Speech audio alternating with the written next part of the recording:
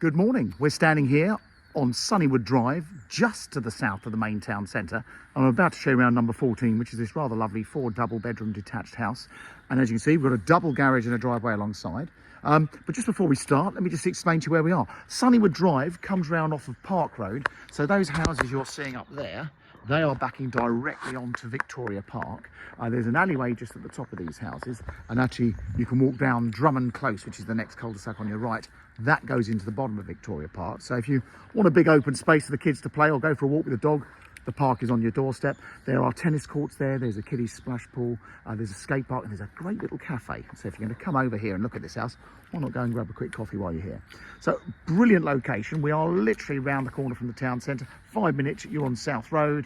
You can walk down to the station, so there's a direct line, or direct walking line through Victoria Park, the Broadway, and down through Paramount Road to the station, which is 0.8 miles. So great for commuters as well. And if you went to the southern end of Sunnywood Drive and turn right, you can skip over the railway bridge into Ashenground Woods, which is absolutely glorious. So come inside. Now, lovely story about this property. The family have been here since it was built in 1976, and they bought it new in 1977. It's been really, really well looked after. A few things they've done over the years. Obviously, they've replaced the windows. All the woodwork I've noticed is replaced in the UPVC. And you'll see the kitchen's modern, bathrooms are modern, but it is of that age where you may want to make some more updating changes or do some extensions. Right, thankfully the garage has stopped, but a great big double garage with the Alecki doors you've seen. Again, a lot of potential to convert this if you wanted. A lot of people are making these garages into really fab home offices and gyms and so on. In the back garden, I'm going to do the outside first, then we can go back inside and I'll take my shoes off. But this back garden, I've measured it at 41 feet wide, and then off the back of the house to roughly this average, it is tapered in shape, is about 31 feet. So a nice sized garden.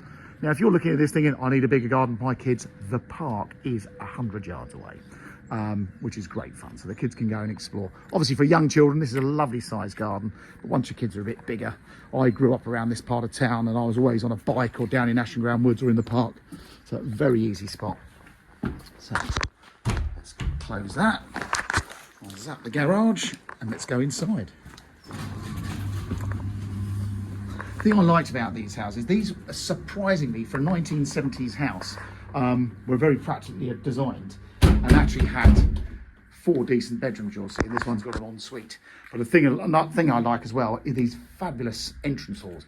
Now I should have asked the family, but there's a chance you might have parquet floors under these. I'm sure I've sold a couple of these where they've had parquet floors, but if not, you've got a nice floor anyway.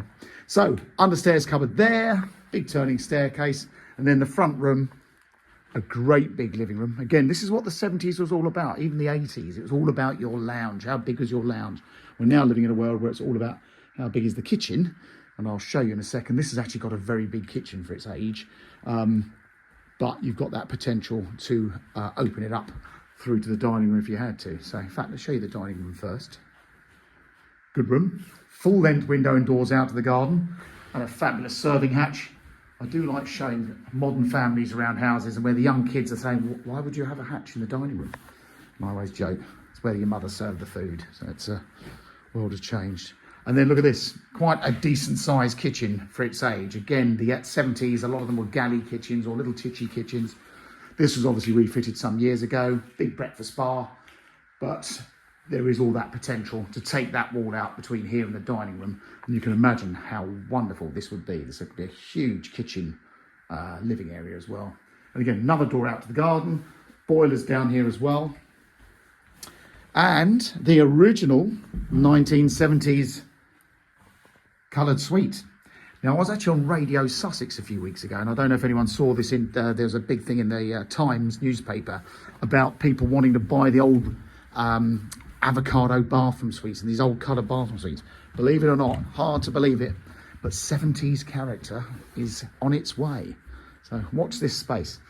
Like the entrance hall, great big landing as well. Hatch up to the loft, and let's go around the bedroom. So back corner. This is probably the smallest. I'm saying they're 4 double bedrooms because they are. You get double beds in all of these.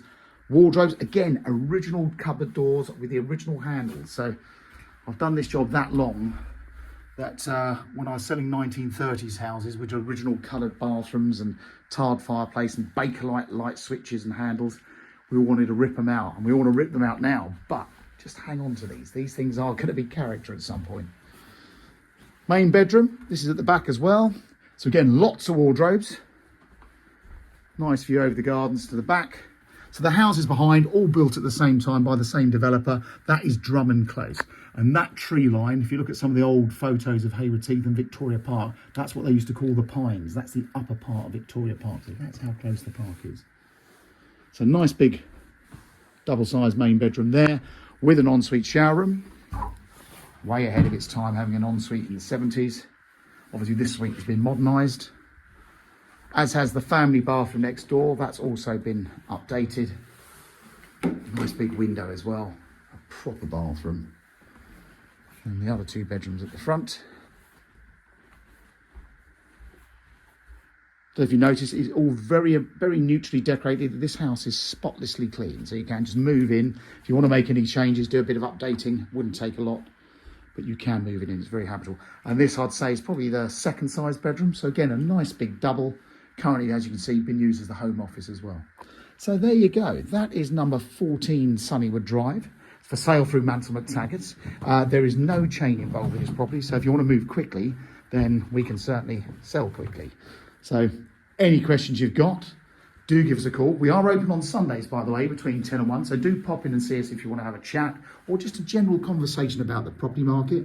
You'll be surprised the market is flat out. Even though we're running up towards Christmas, we are very busy. This is the busiest we've been in 2 years, despite all the ups and downs of the market. But there you go. If you'd like to have a look at it, please give us a call. Thanks for watching.